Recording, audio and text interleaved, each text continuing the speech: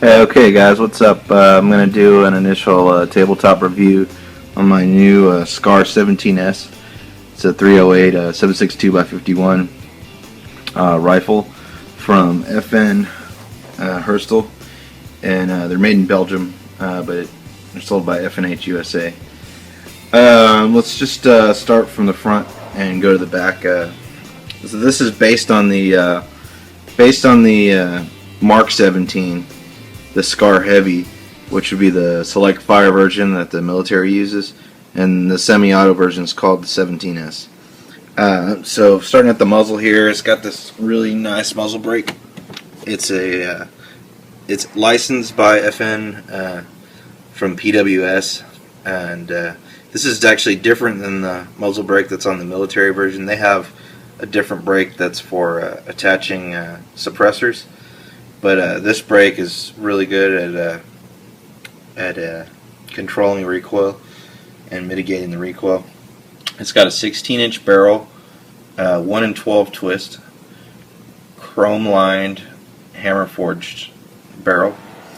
And you can see here's the gas block, and the gas block has it's adjustable, so you have a normal setting and then suppressed, and it's easy to adjust. Inside the gas block is it's a little short piston. This is a short stroke piston action. So there's a little tiny gas piston in there, and the gas moves the piston, and then that in turn hits on the bolt carrier there, pushes on the bolt carrier, and cycles the action. So all the gas stays up front. None of the action really goes back into the trigger mechanism or the feeding mechanism or anything like that. It's got a folding front sight, and that folds out of the way, and it's got this little detent, and it's hard to do. There we go. And it locks into place. I actually, if I have, a couple criticisms, this is one of them, because this sight, even when it's locked into place, it still moves, It doesn't stay locked in. So for any kind of long range accuracy, I think that would probably be a liability. And then it's got rails at 6 o'clock and 9 o'clock, 3 o'clock on the other side, and 12 o'clock rail. And these are the 3 and 9 rails are these kind of short sections here. And I have a weapons light mounted here. This is the Haley Strategic Partners Inforce WML. You can see, I guess you can see right there. See the logo right there. That's the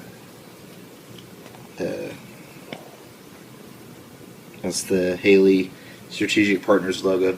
So they partner up with different manufacturers and make upgrades to different products. So this side is upgraded to 200 lumens, and it only has a momentary on switch, so it doesn't stay on. It's only on when you press on it.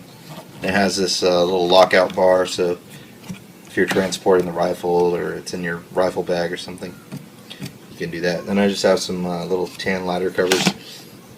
On the bottom here, I've got a short section of SCAR panel from Tangodown, and then the Tangodown stubby grip. And this is kind of more of a hand stop than a vertical foregrip. You can fit your hand on there, but it's kind of tight, kind of a tight fit. So I use that. I'm going to use that more as a hand stop. And then at the back here, I've got a quick detach mount, the VTAC Viking Tactical quick detach mount, and my sling pops into there. On the lower, it's got a polymer lower. It's really lightweight, and it uses these 20-round magazines. And they're based on the FAL magazine, but they're modified, and they have a magazine release similar to an AR-15. It's got ambidextrous controls. There's an ambidextrous mag release on both sides, ambidextrous safety, and the safety has a 45-degree throw lever. The trigger is, I think mine's, I have a trigger scale and it's pulling at like 6 pounds, 5 ounces, like a little over 6 pounds. But I don't mind the trigger so much. A lot of people complain, but for military style trigger, that's not bad. And it has almost no over travel and minimal reset, so you know it's fine for me. And the only thing that's not ambidextrous is the bolt catch. So that's not ambidextrous. It's only on the left hand side. Your charging handle, it attaches to the bolt carrier right here, and you can swap that to either side, but I have it running on the left hand side. It's got a folding stock and adjustable for length of pull, and adjustable cheek riser, or if you're using optics you can raise it up and it folds to the side and it locks up really solid. And in your back here you've got 2 sling attachment points, and these pretty much you could attach your sling with paracord, or like I use an HK hook style mash hook for the rear. It comes with the rear sight, folding rear sight, rear irons, and they're adjustable for elevation and windage. The only thing I don't like about these is they don't lock into place. So if I've had it happen a couple times where it just, whatever I'm doing, and I go look downrange or look through the sights, and the sights aren't the sight has got knocked down. So that's one thing I don't like about it. It's got a full length monolithic rail on the top, and right now I have the Aimpoint Pro red dot mounted on here, and I just had it laying around and I wasn't using it for anything, so I put it on here. It's probably not going to be the optic. I want to get a variable power scope, but for right now that's what I'm running. And I'll show you the other side here. So the other side, you can see it's only got 1 sling attachment on the right hand side, and that's because the stock folds over. And then you can see the ambidextrous safety lever, and also the magazine release on the right hand side. Here it's got like a really big shell deflector, and this is actually made out of polymer, and it also serves to hold the butt stock in place when it's folded. And then pretty much the same thing on the front. I just got a little Tangodown scar panel there. So that's about it. I'll break it open and show you some of the inside internals when it's field stripped in just a second. Okay, so I got it broken apart. It's really easy to take apart. I'm sure there's other videos with that. I just don't have a tripod, so I gotta hold my camera. I can't show you. But here's the lower. It's a really lightweight polymer. You can see the trigger group. It looks nothing like an AR-15. The parts are totally different. The hammer spring is totally different than anything on an AR-15.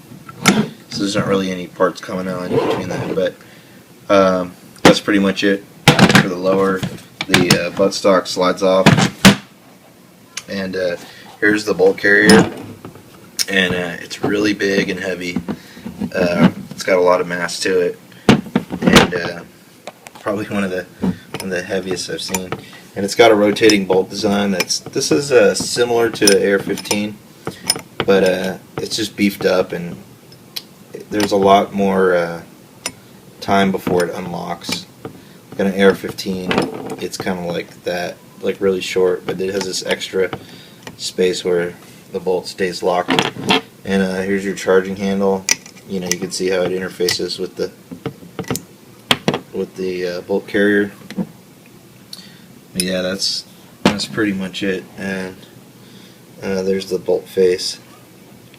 You can see the firing pin and the extractor and the ejector all on there. I guess that's similar rotating bolt lug design to an AR-15. And then here's the recoil spring and guide rod, and that's pretty much it. So anyways, I just got this. I'm going to take it out to the range tomorrow, and I'll try to give a range report in another video. Thanks for watching. Bye.